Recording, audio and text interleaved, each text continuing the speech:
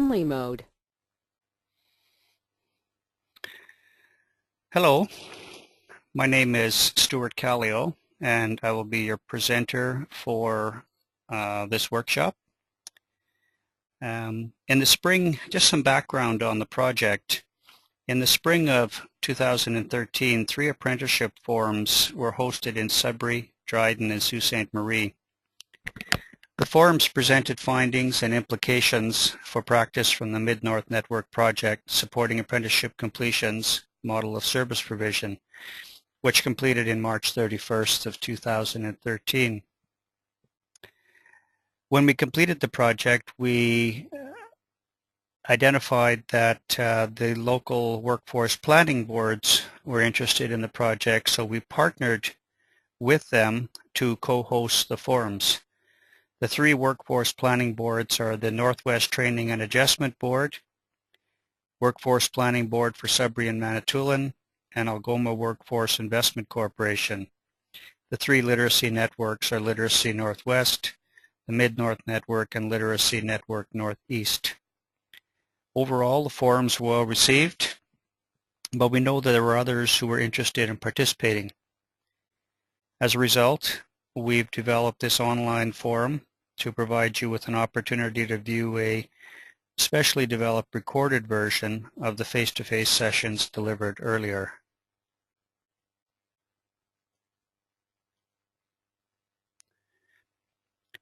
So, as I said earlier, this is one of 4 modules.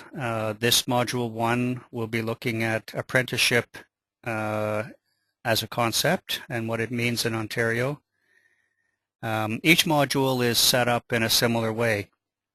They have a series of questions and activities at the end, and those questions and activities are intended to help you link the presentation to your personal or professional experience working with apprentices. Strongly recommend that you read the final project report supporting apprenticeship completions, a model of service provision, because it contains a description of the entire project as well as an excellent synopsis of the research findings and recommendations, principles of best practice, best practices to support apprenticeship completion, and detailed case studies of some of the apprentices who participate in the project.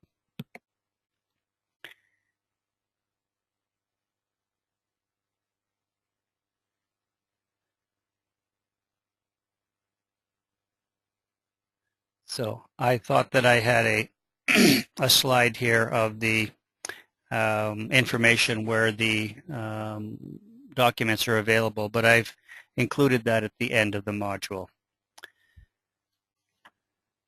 So, Module 1, Apprenticeship. What is it, and what is Ontario's apprenticeship system? We need to set a stage for the project discussion by looking at apprenticeship and more specifically about apprenticeship in Ontario.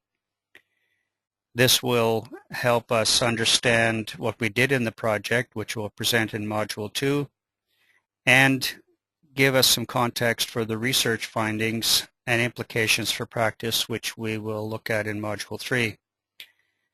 The last module provides an overview of the 3 roundtable forums that were conducted in Sudbury, Sault Ste. Marie, and Dryden.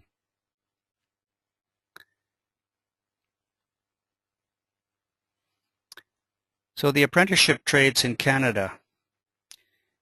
The Ellis chart is a comparative chart of apprenticeship training programs across Canada.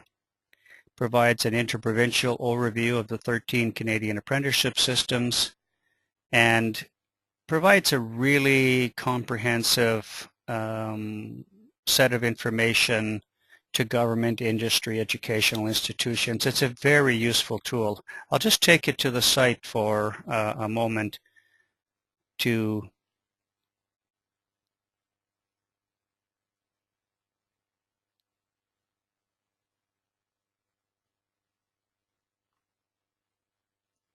here we are. This is the Ellis chart site, and if you were looking, for example, for the trade carpenter, you would type it in. Just going to bring down You would type it in this box here called carpenter and then select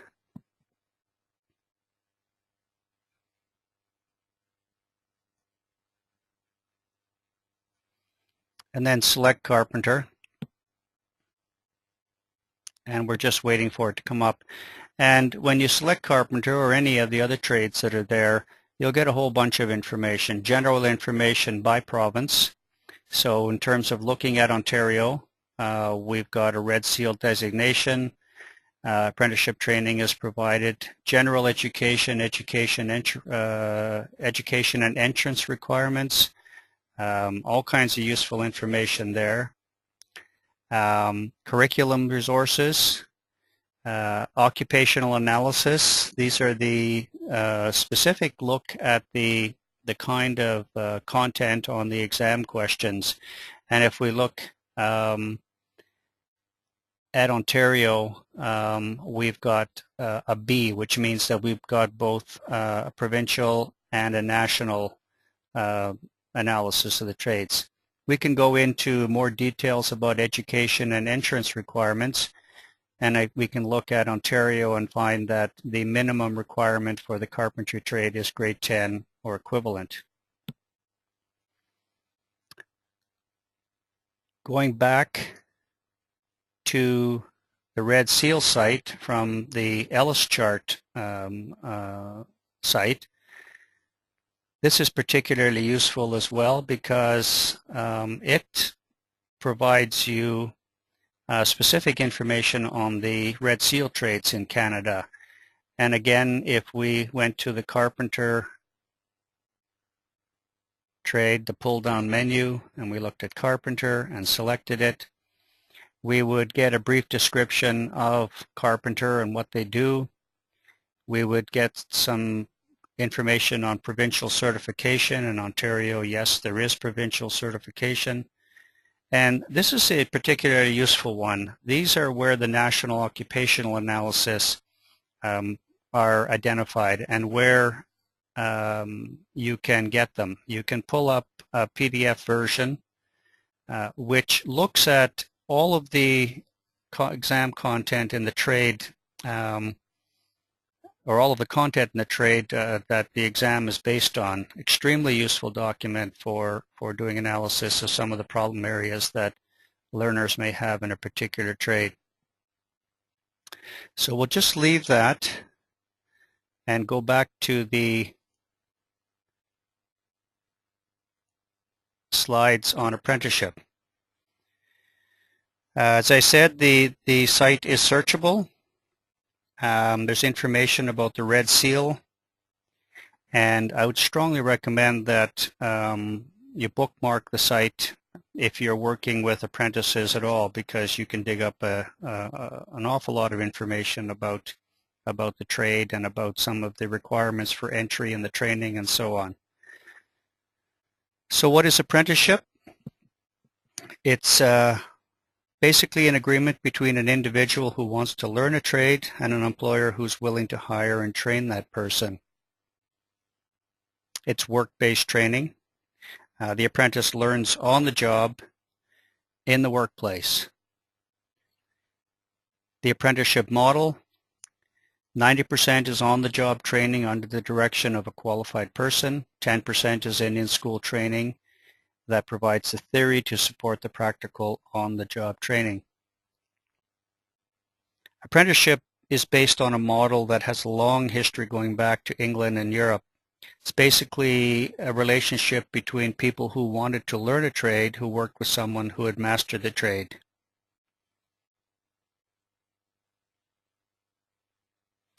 Trades, like any occupation, change with the times. Every apprenticeship includes an in-school training to provide theory that supports the on-the-job training. The in-school training is provided by training delivery agents, often community colleges. It involves 3 8-week blocks of in-school training interspersed with on-the-job training. It's worth noting that the community colleges in Ontario offer an exemptions exam for the in-school portion. Fee is $150 to write. If the apprentice can achieve a mark of 70% on the exam, he or she is exempted from the in-school training. So who can become an apprentice? Must be 16 years of age or older, have an Ontario grade 12 diploma or equivalent from most trades. You notice that in many of the construction trades a grade 10 education is required, but generally grade 12 is required, and increasingly it's a very good idea to have the grade 12. Provide proof of the required education, and the individual must meet all three requirements to participate in the program. Some individuals, called trades qualifiers, can become certified by challenging the certification exams. Trades qualifiers must provide evidence of sufficient hours worked in a trade, usually equivalent to the total hours of in-school and on-the-job training, to demonstrate that they have acquired knowledge of the full scope of practice in the trade. Trades qualifiers who successfully pass the certificate of qualification are then called journey persons, and we'll very shortly here we'll show you a slide of the pathway to challenging that exam. In Ontario, certification in a trade is either voluntary or compulsory. Trades are also described as restricted or non-restricted. By law, only registered apprentices and certified journey persons can work in compulsory or restricted trades. And we'll show you the Ontario College of Trades website, and I'll take you to a listing of the trades, and we'll show you how they're identified as compulsory or restricted and so on.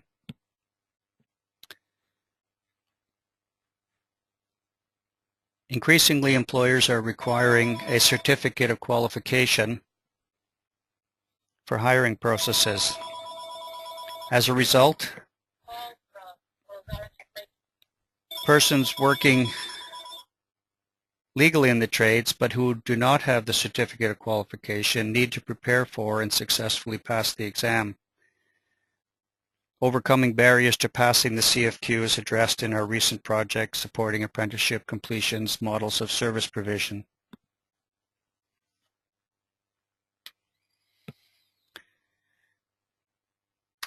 In Ontario, apprenticeship is governed by the Ontario College of Trades. It's an independent industry-driven body, a body to raise the profile of and promote the involvement in skilled trades. Ontario has 157 trades, 22 are compulsory, meaning certification is required. They look after things like ratios, regulation, and here we have the 4 trade sectors and the number of trades that are in there. Let me just take you to the Ontario College of Trades website, and we'll look at trades in Ontario. Here you see the construction, industrial, motive power, and services. So if we want to look at the trade names and codes, that'll take us to a listing of all of the Ontario trades. By the way, you can take this PDF document, and if you're able to convert it to an Excel, it comes up very nicely as an Excel spreadsheet if you wanted to do some sorting of any kind. But what you have here is a listing of all the trades in Ontario, the trade code, the sector that it's in, the classification, whether it's voluntary or compulsory, and whether there's a certificate of qualification exam.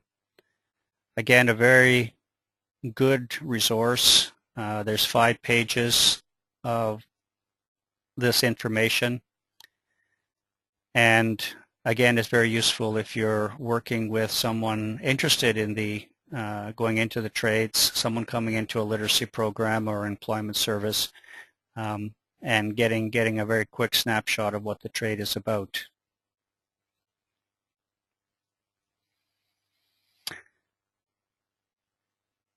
So As I mentioned, it's worth visiting the website, maybe even bookmarking it if you're working with a lot of apprentices.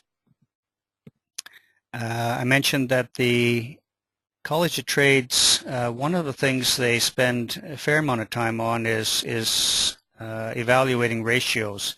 And ratios refer to the number of qualified trainers or journey persons required at the employer's work site to mentor and train apprentices. Training an apprentice is very time intensive, but it's important to ensure that the apprentice works safely and understands the trade practice well, especially if there's risk to public safety. Imagine the safety risk if electrical work wasn't done properly. Ratios, however, create some issues. Employers are often reluctant to hire apprentices because they can't meet the journey person to apprentice ratios required for the trade. It's especially true for smaller employers. As a result, access to the trades as an apprentice is often restricted. Apprentices are looking for employers. Employers want to hire them. Employers don't have the proper ratios to make it work.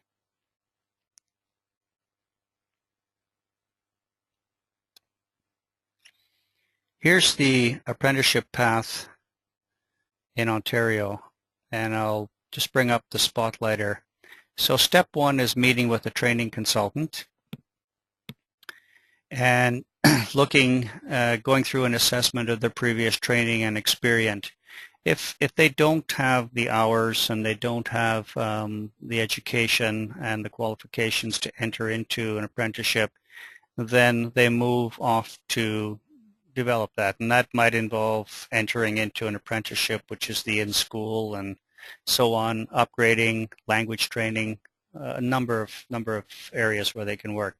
But if they meet the requirement and they make an application for the certificate of qualification, they may or may not go through exam preparation. When we did our project in 2013 or 2012-13, the exam preparation was hard to say that it was really consistent everywhere. Sometimes we heard from apprentices who simply went in and said, I have to write the exam, and away they went and wrote it, and others were more cautious or more prudent and did more preparation. Off to write the exam at step 5. It's a multiple choice exam offered by the Ontario Ministry of Training Colleges and Universities, and 70% is required to pass. Passing is not 70% on the entire exam. Most exams will be built up of blocks of exam questions. For example, 5 blocks of questions looking at 5 blocks of distinct content in the trade. The exam writer has to pass every block with 70%. So if they fail one with 67 and pass everything else with 85, they haven't passed the exam. And this is an area where we have some concerns, and we're trying to address that specifically in the literacy area. It's also why the National Occupational Analysis is so important as a tool for assessing exactly what kind of tasks and content a learner or a client is having trouble with. Because if they say they failed block 4, we can find out what block 4 is. So they pass the exam, they go on to get their certificate of qualification or the red seal into provincial certification where it's applicable. They fail it, they have an option to rewrite and go back through preparation. Sometimes that involves a referral to a literacy provider for particular skill building, but they can go through that cycle 2 or 3 times. What's happening in Ontario now is that once someone completes the apprenticeship and completes the certificate of apprenticeship and now applies to write the certificate of qualification, they have 12 months to complete that. So it's increasingly important that this process of preparation and understanding the exam content is well looked after. because the clock is ticking.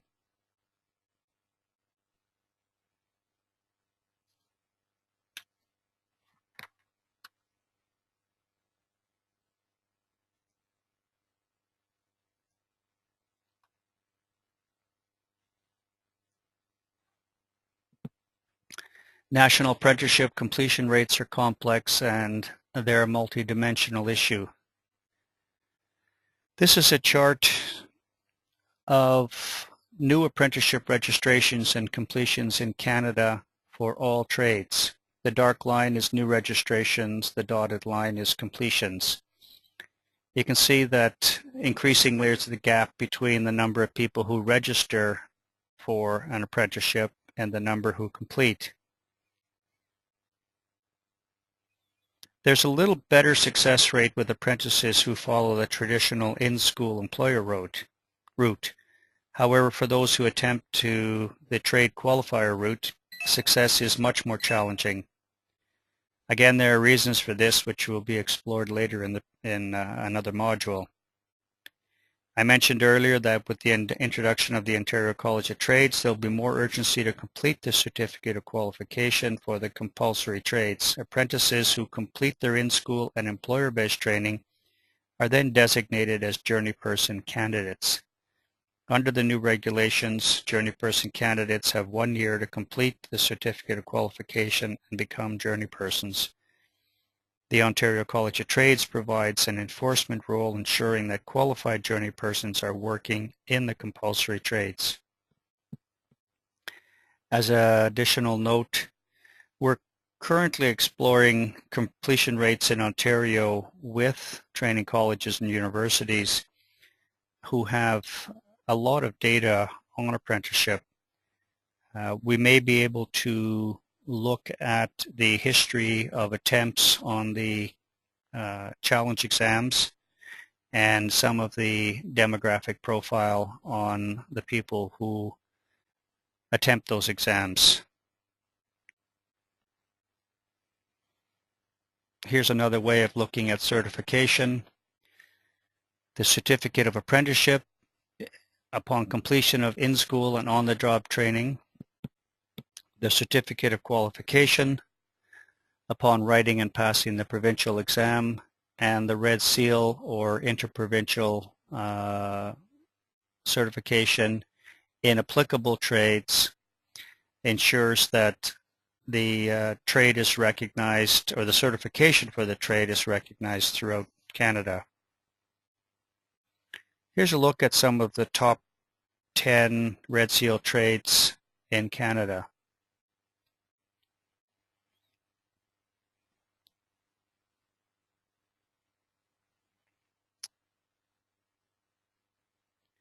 Some Red Seal trades generate more activity than others, and this is based on the number of certificates issued.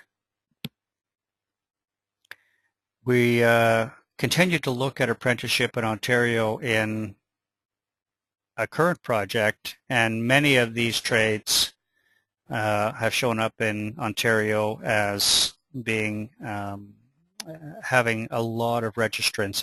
There's a lot of activity in them.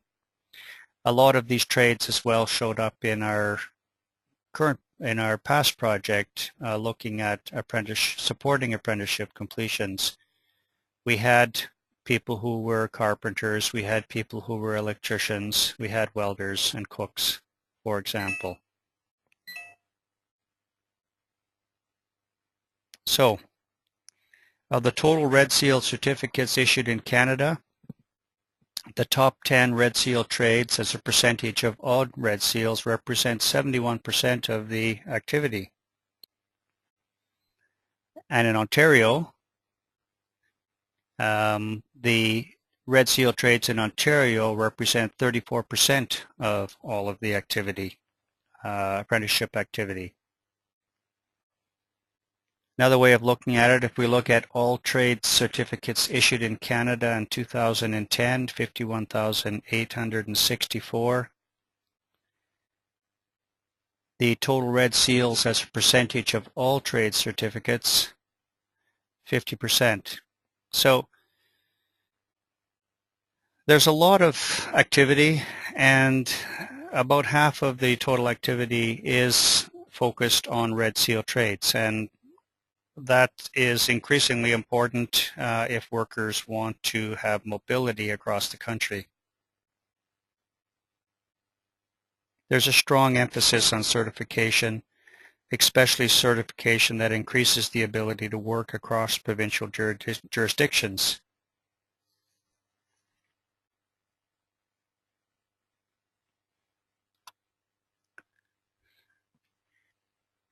Ontario represents a significant chunk of the apprenticeship training in Canada.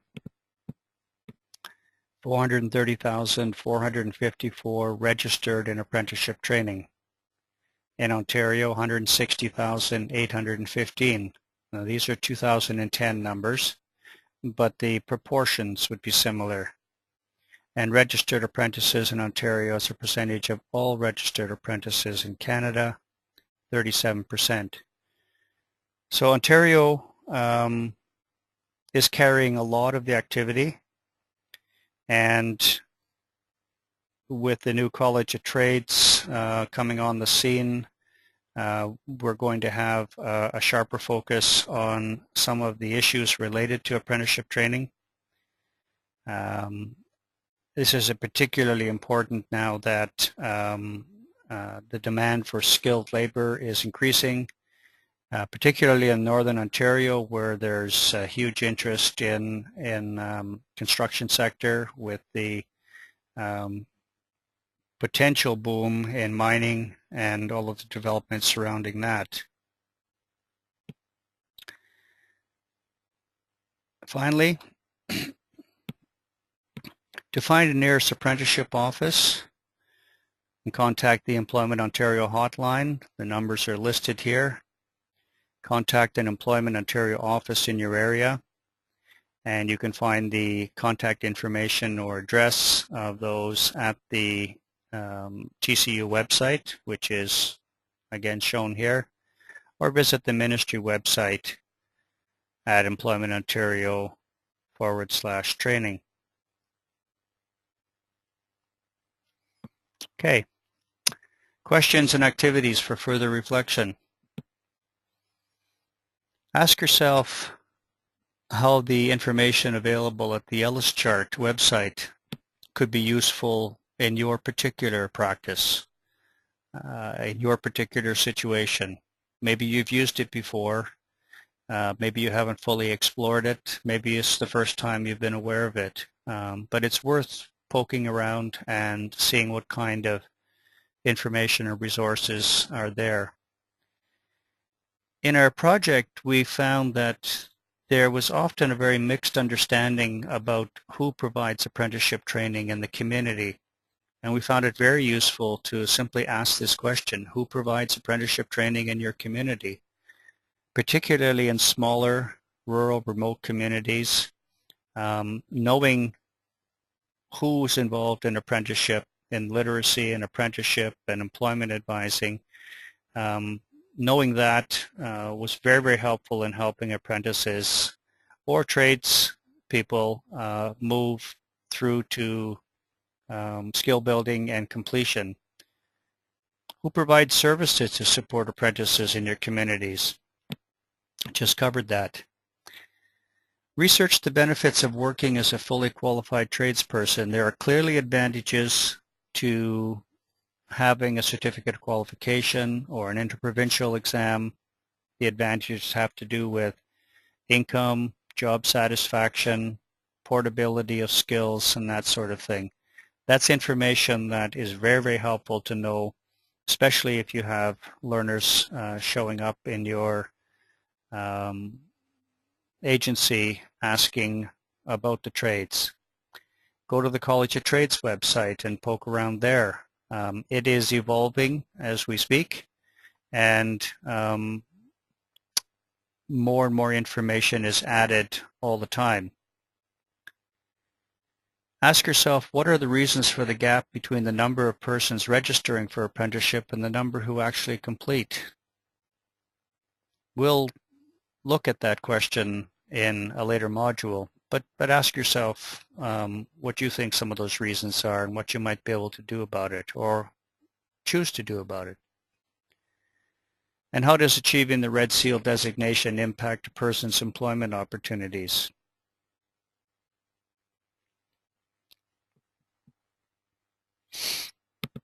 The last slide is the contact information for the project documents, and I mentioned this at the beginning of the module. This website will take you directly to the link where these documents are posted. They're available in PDF version, and you can view them online or you can download them. Some of them are quite large, but they're useful documents for your practice. And we'll talk about them in particular in Module 2, describe what we have there. So that's the end of Module 1. I'm going to complete this module and sign off now. I would invite you to link to Module 2 and continue this independent workshop. Thank you.